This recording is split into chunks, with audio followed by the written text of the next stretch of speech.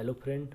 आज हम एक ऐसे टॉपिक, एक ऐसे इश्यू, एक ऐसे सब्जेक्ट के बारे में डिस्कशन करेंगे जिसने इंडिपेंडेंट इंडिया की 75 ईयर की जो पॉलिटिक्स है, या आज की जो पॉलिटिकल कल्चर है इंडिया में, जो राजनीतिक संस्कृति है। राजनीतिक संस्कृति मतलब हमारे डेली लाइफ में, जो पब्लिक के डेली लाइफ में जो जो चीज़ें हैं या जो इश्यूज हैं, जो मुद्दे हैं, जो समस्याएं हैं, वो हमारी पॉलिटिकल जो डिस्कोर्स हैं या पॉलिटिकल जो चिंतन है उसको जो प्रभावित करते हैं।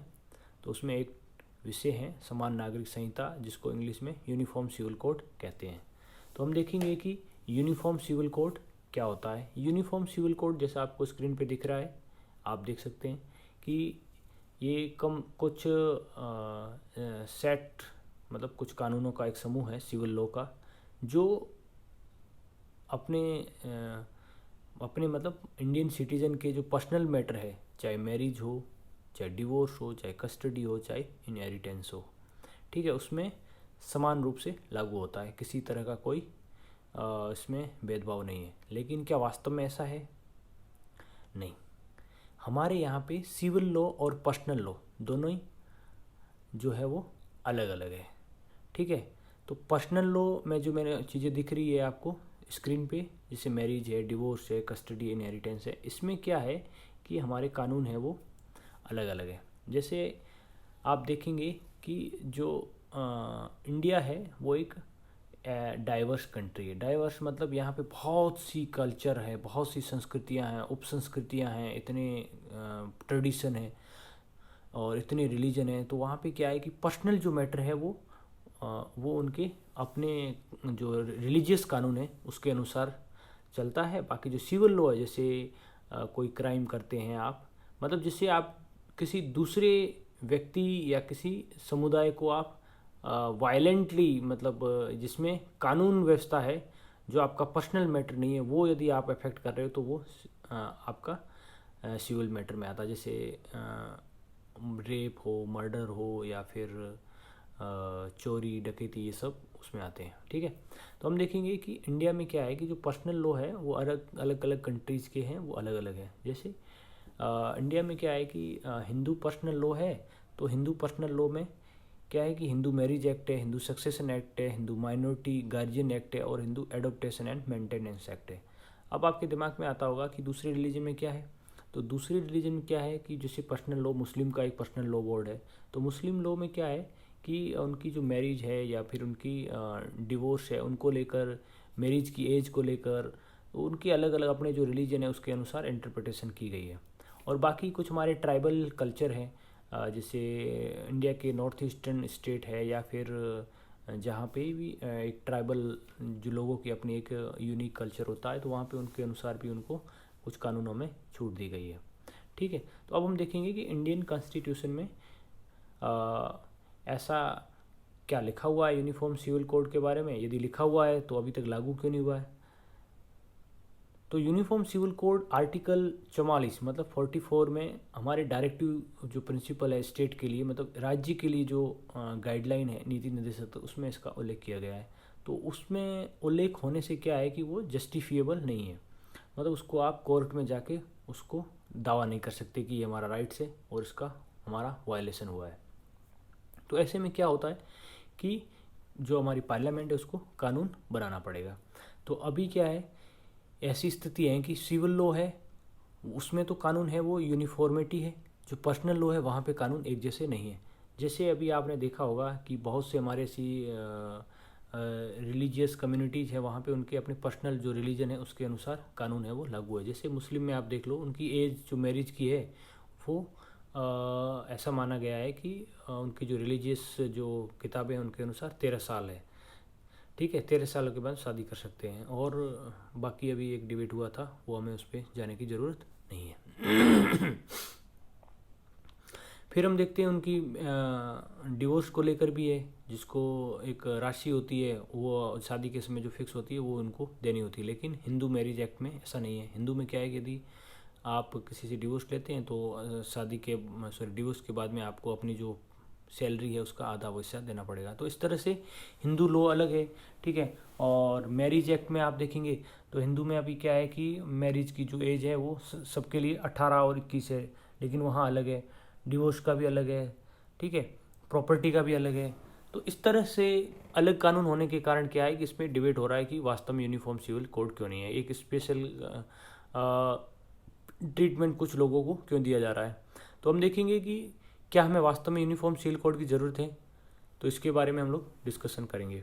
एक चीज़ में बताना थोड़ा सा रह गया कि जो हिंदू टर्मिनोलॉजी है, हिंदू टर्मिनोलॉजी जो इस कानून के पर्पज़ से उसमें हिंदू भी आता है, जैन भी है और बुद्ध है। मतलब जो ये ऊपर वाला कानून है ना, जो हिंदू सक्सेशन एक्ट, ये नहीं कि उनका रिलीजन ही आइडेंटिटी, नहीं, इस कानून के लिहाज से जैन, बुद्ध और सिख धर्म के जो अनुयायी हैं, जो फॉलोवर है, उसमें भी ये कानून अप्लाई होता है, ठीक है। तो अब देखेंगे क्या वास्तव में यूनिफॉर्म सिविल कोड ज़रूरी है। हाँ, बिल्कुल ज़रूरी है। तो इसके फेवर में कुछ आर्ग्यूमेंट दिए जाते हैं। पहला चीज़ है कि इंडिया एक सेकुलर कंट्री है। सेकुलर कंट्री मतलब यहाँ पे राज्य और जो सिस्टम है, ये दोनों, सॉरी, स्टेट और रिलीजन दोनों अलग अलग चीज़ें हैं। तो ऐसे में क्या है कि राज्य है, मतलब स्टेट है, वो एक सेकुलर कंट्री होने के कारण यहाँ पे किसी भी तरह का जो भी सिटीजन है उसके साथ में कोई भेदभाव नहीं करेगा। मतलब आपके सिविल लॉ, पर्सनल लॉ, दोनों में यूनिफॉर्मिटी होनी बहुत ज़रूरी है, ठीक है।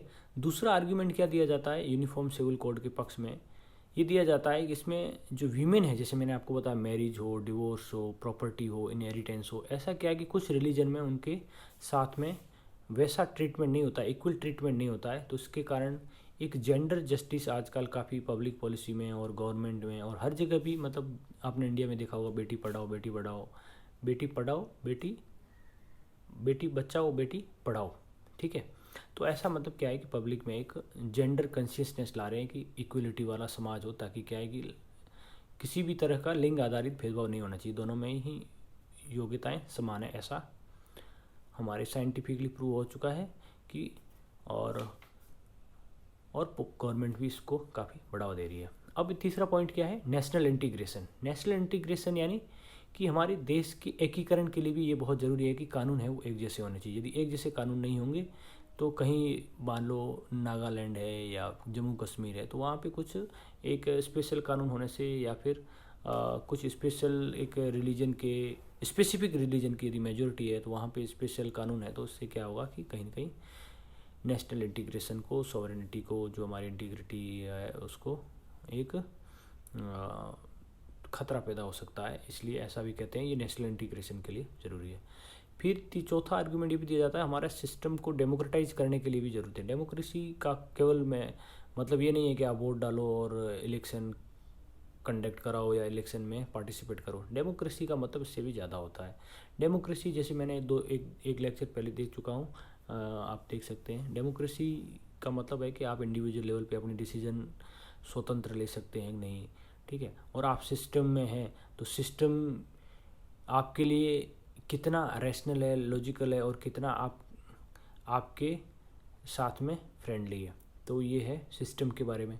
तो डेमोक्रेसी का मतलब है कि वहाँ पे सिस्टम है वो आपके अनुसार कितना सही है, मतलब उसमें आपकी कितनी पार्टिसिपेशन है, ठीक। ये नहीं कि स्टेट अपनी ओर से ही इम्पोज कर दे, ठीक है। तो यहाँ पे भी एक इक्वल ट्रीटमेंट होना चाहिए, मतलब इक्वलिटी होनी चाहिए, ठीक है। मतलब किसी के साथ में जो प्रिविलेज है वो नहीं होना चाहिए, मतलब एब्सेंस ऑफ प्रिविलेज होना चाहिए, ठीक है। तो अब इसके अगेंस्ट में हम आर्ग्यूमेंट देखेंगे। आर्ग्यूमेंट इसके विरोध में क्या दिया जाता है कि भारत एक मल्टीकल्चरल कंट्री है, मतलब एक बहु सांस्कृतिक वाला देश है, जहाँ पे क्या है कि एक इस संस्कृति को बनाए रखने के लिए, इस कल्चर को बनाए रखने के लिए जितने भी रिलीजन हैं, जितने भी कल्चर हैं, जितने भी सब कल्चर हैं, मतलब इंग्लिश का और हिंदी में इसको उप संस्कृतियाँ कह सकते हैं, उनको अपना मतलब बढ़ने का अधिकार है, ठीक है, होना चाहिए। तो दूसरा चीज़ क्या है कि ये कहते हैं कि इंडिया एक सेकुलर कंट्री भी है, तो ऐसे में स्टेट का जो रोल है वो इंटरफेयर नहीं होना चाहिए पर्सनल मैटर में, एक ये आर्गूमेंट दिया जाता है। तीसरा आर्गूमेंट क्या दिया जाता है कि इंडिया एक फेडरल कंट्री है। फेडरल कंट्री जैसे मैंने आपको पहले बता दिया है कि जिसमें 2 सरकारें होती है, शक्तियों का बंटवारा होता है, वो शक्तियों का जो बंटवारा मतलब डिवीज़न होता है वो एक लिखित संविधान के माध्यम से मिलता है, और वो लिखित संविधान की एक व्याख्या है वो एक इंडिपेंडेंट जुडिशरी करती है। तो ये 4-5 चीज़ें फेडरल जो जिसको हम कहते हैं सिस्टम वो होती है। तो ऐसे में क्या है कि जो पर्सनल लॉ है वो कॉन्करेंट लिस्ट में है। कॉन्करेंट लिस्ट यानी मतलब उस पर स्टेट भी और सेंट्रल गवर्नमेंट दोनों कानून बना सकते हैं, ठीक है। तो ये 3 चीज़ें हैं, लेकिन इससे पहले एक जैसे अब स्टेट इंटरफेरेंस आया तो इसके फेवर वाले भी ये भी कहते हैं कि जो स्टेट है, स्टेट मतलब हमारा राज्य भारत के यदि कॉन्टेक्स्ट में देखा जाए तो स्टेट का जो रोल है भारत में वो क्या है, इंटरवेनिंग रोल है। मतलब जब राज्य को या स्टेट को लगता है कि किसी रिलीजन के बीच किसी रिलीजन के अंदर, मतलब जैसे अब इंडिया में हिंदू धर्म में अनटचेबिलिटी प्रैक्टिस में रही थी, तो भारत सरकार ने क्या किया, संविधान में एक प्रोविज़न किया कि भाई ये नहीं होनी चाहिए क्योंकि ये हमारे मानवीय गरिमा के जो मूल्य हैं उनके एकदम खिलाफ है, ठीक है। तो ऐसे ही स्टेट को लगता है कि किसी रिलीजन में यदि दूसरे रिलीजन में या इंट्रा रिलीजन और इंटर रिलीजन मतलब 2 रिलीजन के बीच में भी यदि थोड़ा बहुत भी स्टेट अपने आप से पार्शियलिटी कर रहा है या भेदभाव कर रहा है तो भी स्टेट को कानून बनाने का अधिकार है। अब हम देखते हैं कि जुडिशरी ने इस पर क्या बोला है। जुडिशरी का एक वर्डिक्ट आया था शाहबानो केस 1985 मतलब 1985 में।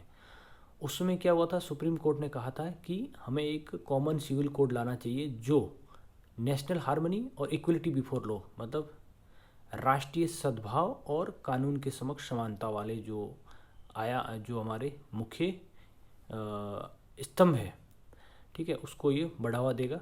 तो इसलिए वो बहुत ज़रूरी है क्योंकि उसमें एक मुस्लिम महिला थी, वो कोर्ट चली गई थी, उसको डिवोर्स से रिलेटेड मैटर था, लेकिन सुप्रीम कोर्ट ने कहा कि आप ऐसा करो, हम गवर्नमेंट को इंस्ट्रक्ट करते हैं वो यूनिफॉर्म सिविल कोड बनाएंगे ताकि आपके साथ में ऐसा भेदभाव नहीं हो, ताकि आप अपने बच्चों की परवरिश कर सकते हैं, मतलब अपने हस्बैंड से कुछ ले सकें, मदद ले सकें।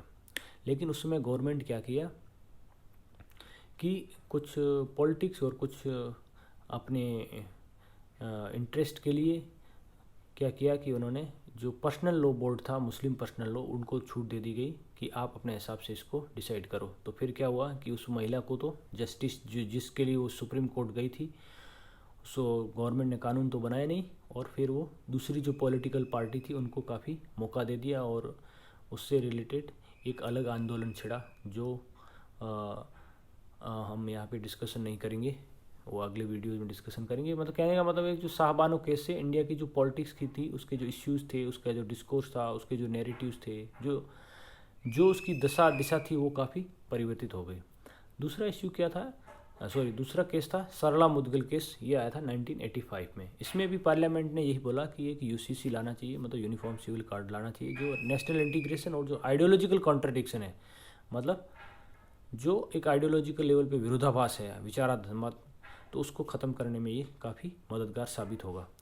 लेकिन अभी तक यूनिफॉर्म सिविल कोड को लेकर के कोई कानून नहीं बनाए, लेकिन हाँ कॉन्करेंट विषय होने के कारण बहुत सी स्टेट हैं उन्होंने अपने ड्राफ्ट भी बनाए हैं। गोवा स्टेट है ऐसा पहला स्टेट है जिसने यूनिफॉर्म सिविल कोड बनाया और दूसरे जो स्टेट हैं वहाँ पे इसके ड्राफ्ट बन चुके हैं और वहाँ पे लागू करने की तैयारी हो रही है, ठीक है। तो ये यूनिफॉर्म सिविल कोड का टॉपिक था और इससे पहले टॉपिक को कंक्लूड करने से पहले मैं एक आपसे बात करना चाहूँगा कि इस चैनल पे काफ़ी वीडियोज़ हैं, उसको आप देखिए और इसको सब्सक्राइब कर दीजिए ताकि आपको जो नई वीडियो आएगी वो आपको मिलती रहेगी। और इसके साथ में अभी जो मैंने बताया आपको यूनिफॉर्म सिविल कोड, इससे रिलेटेड आपको कोई क्वेश्चन हो, कोई क्वेरीज हो, कोई कॉम्प्लीमेंट हो तो आप नीचे कमेंट बॉक्स में लिख सकते हो, ताकि मैं कोशिश करूँगा कि नेक्स्ट वीडियो जब भी बनाऊँ तो आपके उस सुझाव को, आपके उस क्वेश्चन को मैं उसके साथ में डील कर सकूँ, ठीक है। नमस्कार, जय हिंद।